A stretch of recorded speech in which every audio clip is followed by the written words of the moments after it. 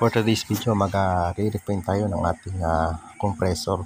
Bagamat ito ay medyo luma na at isa pa nga rito medyo kinakalawang kasi yung mga ilang parte rito. Kaya naisipan ko na i-repaint natin ito para mas lalo pa tumagal yung kanyang buhay o yung kanyang mapapakinabangan natin ito. Kaya kung papasin nyo, puro kalawang na lalo sa part ng ilalim niya. Ayan, kinakalawang na nga siya. Nagkakaroon na nga rin to ng mga grounding, kaya naman naisipan ko na i-repaint na lang to. At dito babaklasin muna natin lahat ng parte niya para malinis natin bago natin siya i-repaint. Yan. Ang importante lang sa akin, yung kaligtasan mo, yung mga kasama natin. Pero sana makilala muna natin kung saan mo sinasabi ng tanggol bago tayo kumaya. Makagamitin lang tayo, tapos wala tayong mapala. Pati mga wiring connection, tinanggal ko na rin yung sa may automatic pressure switch. Tinanggal ko na yung mga wiring niya. Itong makina, binaba na rin natin. Ito sa part na to, kailangan dahan-dahan lang tayo magbukas at maghigpit na to. Kasi pumuputok yung pinaka-headed ng ating compressor na yan sa may copper tube na taas.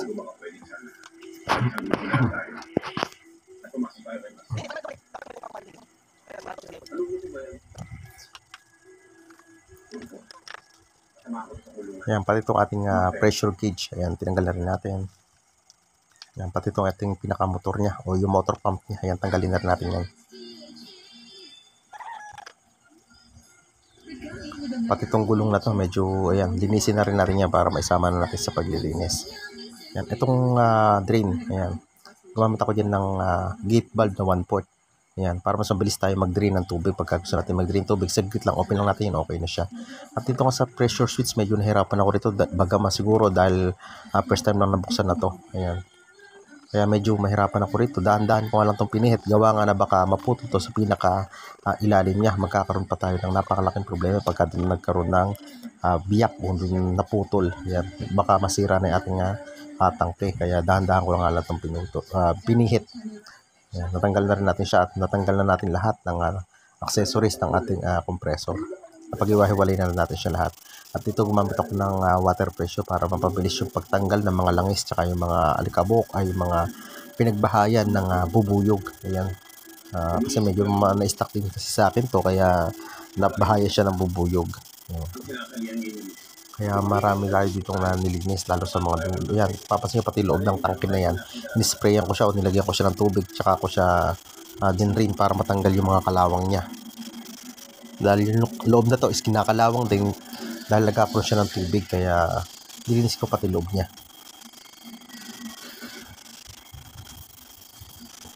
Ayan, papasin, napakarami kalawang.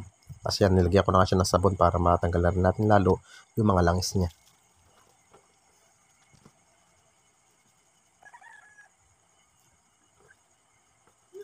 Yan, tsagain lang natin tanggal na para matanggal yung ating mga langis na nakit yan. Kaya tsagain lang natin niya para pumapit ng gusto yung ating pintura.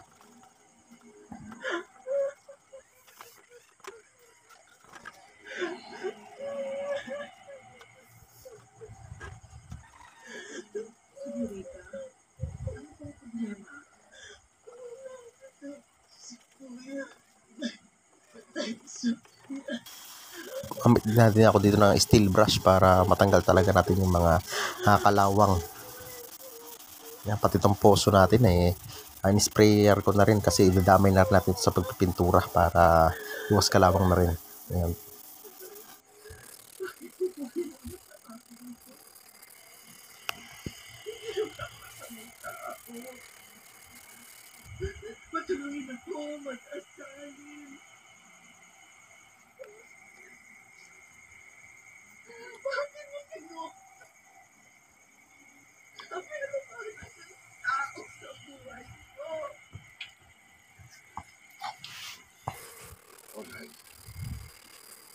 Please make all the necessary arrangements.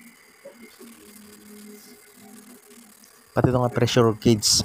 Yan, yung pressure ay automatic niyan. Nilinis ko na rin. At itong part na to, tatanggalin ko itong salamin para malinis din natin yung pressure gauge, yung pinakaloob niya. Gamit lang itong aking flat screw. Wala naman itong digit Yan, tutok-tukin lang natin yan ng dahan-dahan paikot para matanggal natin yung pinaka-glass niya. Para malinis natin yung pinaka-loob niya. Kasi medyo marumi na nga yung loob niya. Hindi ko na makita yung kanyang gauge.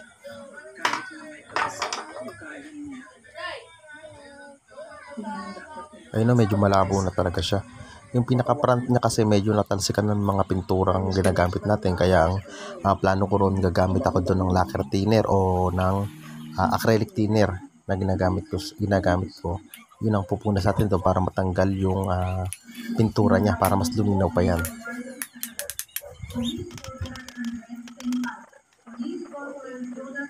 Yan, dito nga sa pagtanggal ng pulley, medyo gumamit ako dito ng puller dahil sobrang tigas talaga na to. Yan, tanggal ko na yung kanyang pulley. Yan, tatanggalin na natin yung pinakamakina. Bababa ko na rin to. Ayan, mapasin nyo yan. Yan, kaya ako to binaklas para mapinturahan ko na rin yung pinakalumit, may kalawang. At the same time, napansin ko nga rito na meron din siyang bahay ng bubuyog. Ayan, no? Kaya baka sumabit pa yun sa rotor. Kaya nag-decide na nga ako na baklasin na nga ito ng buo. Ayan. Napakarumi na talaga rin nito. Ayan. At ito sa pinaka pump niya ng hangin, itong motor pump niya. Ayan. Binalutan ko yan ng plastic para ipi-pressure washer ko din yan para malinis na natin ng maayos. Tsaka masabon na rin natin para matanggal yung mga langis-langis. Yan, hinakpan ko lang siya para hindi pasukan ng tubig yung pinakaloob niya. Diyan kasi yung access natin sa pinakalangis niya sa loob. Kaya tinakpan ko siya ng supot o ng ating plastic.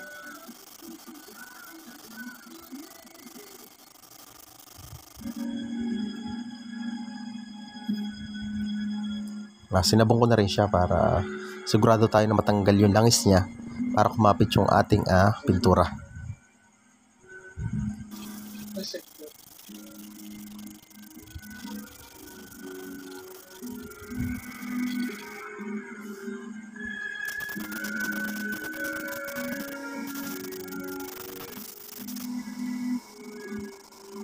Tinanggal ko na nga rin yung mga pinagbahay ng bubuyog. Napakarami.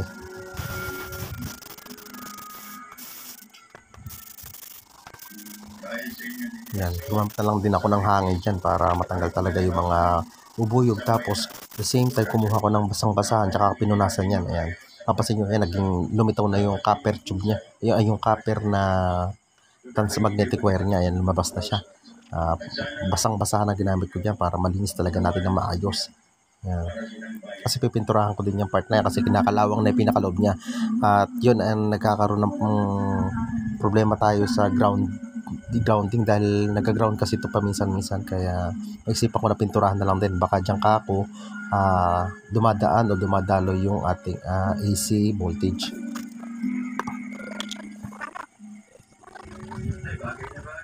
Yan, nilinis ko na rin yung kanyang pinaka salamin. Yan.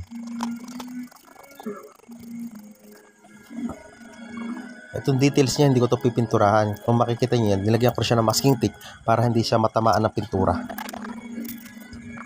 Importante rin kasi na may details yung ating motor, kaya nilagyan ko yan ng tape para hindi siya mapinturahan. Pati nga pala itong logo ng Vespa, hindi ko na rin siya pipinturahan kahit na medyo luma yung logo niya, hindi ko siya pipinturahan para kahit paano magkaroon din ito ng para sa akin, may value kasi din para sa akin yung ganyan. Mas maganda kasi meron pa siyang logo.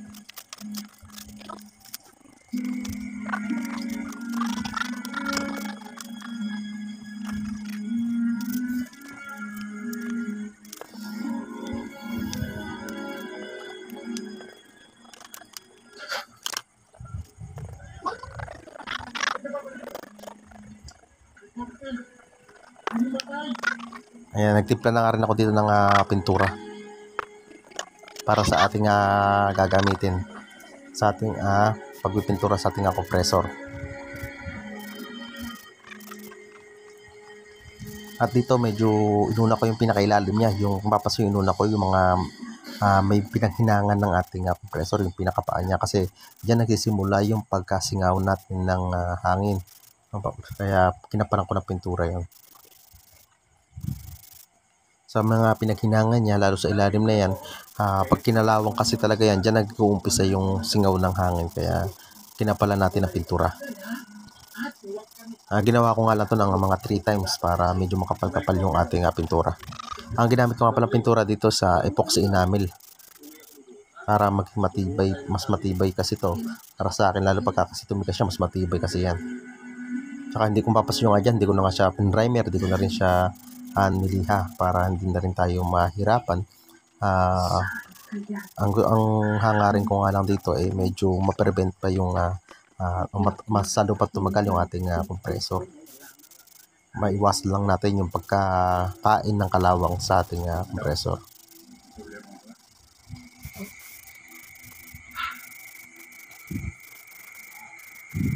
Nawawala. Ano nangyari? Hirap dahil tumakas sa nagpunta yung kasama niya sa bahay. Mapunta kayo ng Santa Cruz na may Polydent, may strong kape, yung comfort at food offer. Bibig mo nang nagsabi, Polydent palagi.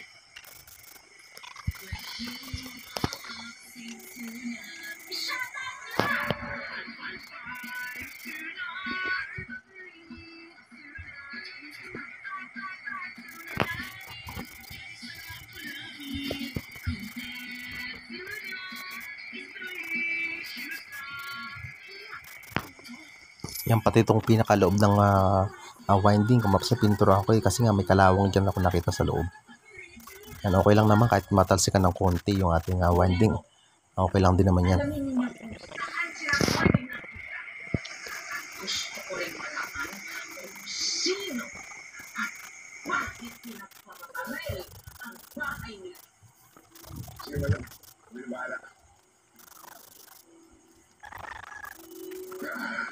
Simple na yung pinagagawa ko sa inyo na yan. Talagang walang simple yan, sinibas. Nakikigyan naman yata ang nilibas. Pati itong pinaka-rotor niya, pininturahan ko na rin, pati yung fan blade niya. Pininturahan ko na rin kasi kinakalawang na nga din to. Kailangan ko malaman kung kailangan niya sa taas buhay. Hindi ako natahimik hanggang manayang mabibuhay. Ano lang ang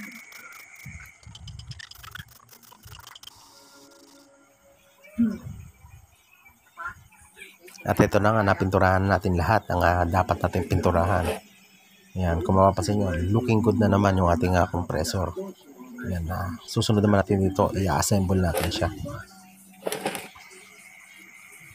Pati nga pala itong pinaka-oil, yan, oil gauge niya. Yan, nilagyan natin ng masking tape para para makita pa rin natin yung kung marami pa rin siyang langis o wala na siyang langis. Kaya hindi natin pininturahan yung pinaka oil gauge niya.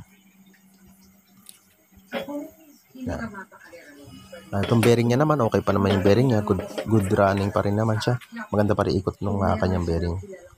Ito na yung ating kompletong accessory ng ating i-assemble. Mag-start tayo mag-assemble dito sa ating syempre sa motor, dahil ito lang naman yung pinaka main natin dito. Yan, may washer dito panlagay sa likod ng bearing. Likod ng bearing yan sa likod na parte. Yan, ito yung ating automatic release. Yan. Yan, magalaw kasi yan pagka umaandar na ating compressor. Yan, mag-start na tayo rito, guys. Ito pinaka motor niya. Ayan, okay pa naman yung bearing niya. Kaya nga isa pa sa dahilan kaya ko ito nga pala binaklas para makacheck ko yung bearing niya. Okay pa naman yung bearing niya, kaya pinuturahan ko na lang. Yan, itong pinakalikod niya, ito yung part ng likod niya, ito yung may dalawang wire. Ayan, kung papasin nyo, may dalawang wire dyan. Ayan. May dalawang wire siya, itong pinakaharap niya is wala siyang wire. Itong pinakalikod, nandito yung dalawang wire niya. Dito sa cover niya, dalawang klase ito. Ayan, papasin nyo, isang front at isang rear. Ayan, bago ko nga pala isalpak doon sa pinaka motor niya o sa pinakabahay niya, inilagay ko na nga itong front case niya. Medyo matigas kasi siya, gawangan na pinturahan ko yung loob ng case niya, kaya napihirapan akong ipasok sa bearing. Kaya ginawa ko, pinasok ko muna yung pinaka front case niya bago ko siya sinalpak yan. Yan. siguraduhin lang natin na papasok o nakatapat yung butas niya para may pasok natin yung pinaka-stud niya. Yan sa apat na sulok. Yan, dito sa cover niya, sa likod, kailangan naka-horizontal yung kanyang tornilyuhan na dalawa para sa cover niya. Yan, ganyan yung tamang posisyon niyan. Yan, naka-horizontal yung dalawang tornilyuhan niya.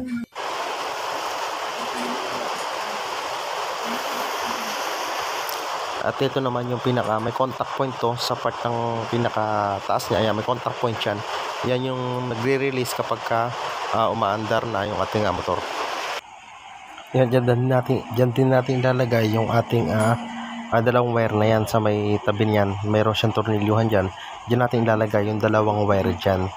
Yan, pag nalagay natin dalawang tornilyo dyan, lalagay naman natin yung dalawang wire doon sa pinaka plate niya.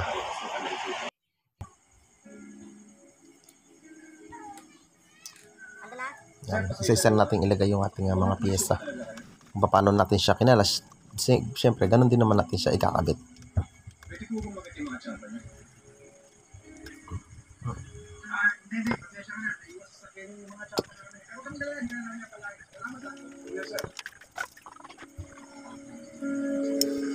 Yan, ito yung pinaka-copper tube niya.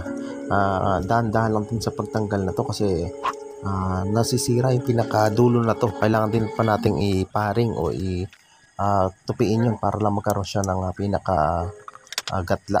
Kailangan kasi natin yun para umipit yan sa pinaka compressor natin.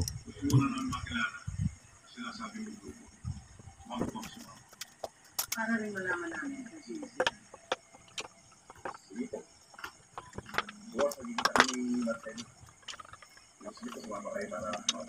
Ayan, dito nga pala dahan-dahan lang din sa pagkahigpit na to kasi pumuputok yung pinaka-head na to eh. Kaya dahan-dahan lang. Kaya kung mapapasin nyo araw, gumamit ako ng dalawang katala para mahigpitan natin yung tornilyo at the same time mapigilan natin sa paghigpit yung kabilang nut niya.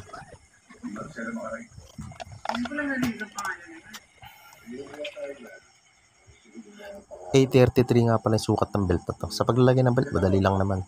Yan. Unahin sa pinaka maliit, tsaka lang natin naiikot. Ayan, kung mapasin medyo maluwag yan dahil hindi ko pa naman hinigpitan tong makina. Ayan. Tsaka pala siya hinigpitan nung nakalagay na yung belt para sigurado tayo na makuha natin yung tamang higpit ng ating belt.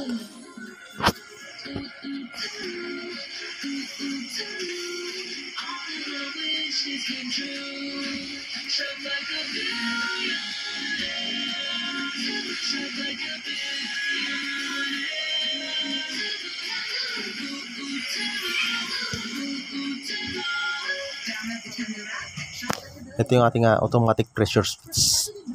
Ito yung sa pinakataas niya may nakalagay dyan na motor.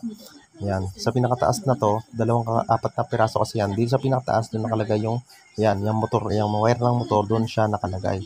Doon nakakonekta yan sa pinakataas. Nakalagay doon, naka-indicate doon motor. Tapos sa pinakababa niya naman nakalagay doon is line.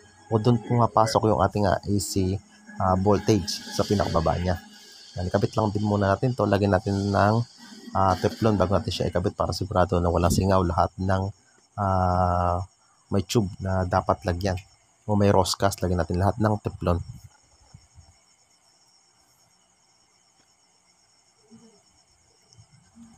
Yan, i-wiring ko na nga rin siya.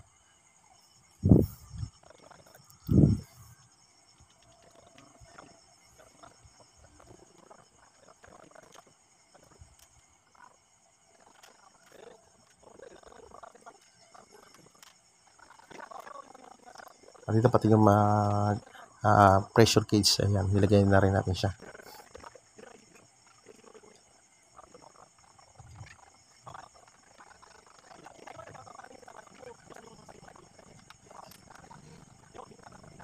Itong pinaka-copper tube na to, ito yung nagsisilbi na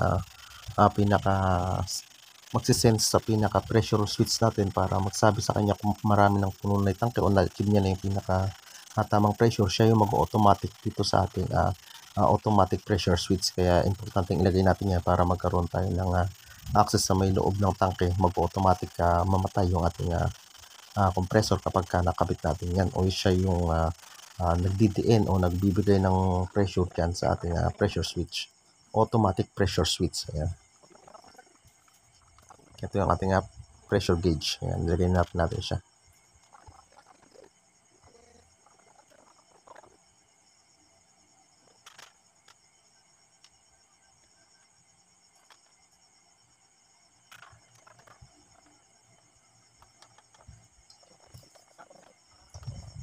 At dito sa pinakailalim niya yung kanyang pinaka-drain plug. Ilagay na rin natin yung pinaka-drain plug niya. Yan. At ganun lang naman yung pagbubuo natin dito sa ating compressor. At ito na nga yung ating outcome ng ating pininturahan na at compressor. Yan. Kung papasin nyo, mukha na siyang bago. At sigurado naman tayo natatagal na naman itong ng taon. Yan. Napakaganda na naman yan. Tignan. Papasin nyo ang kintab pa niya. Yan. Yan. Ganun lang guys. And thanks for watching.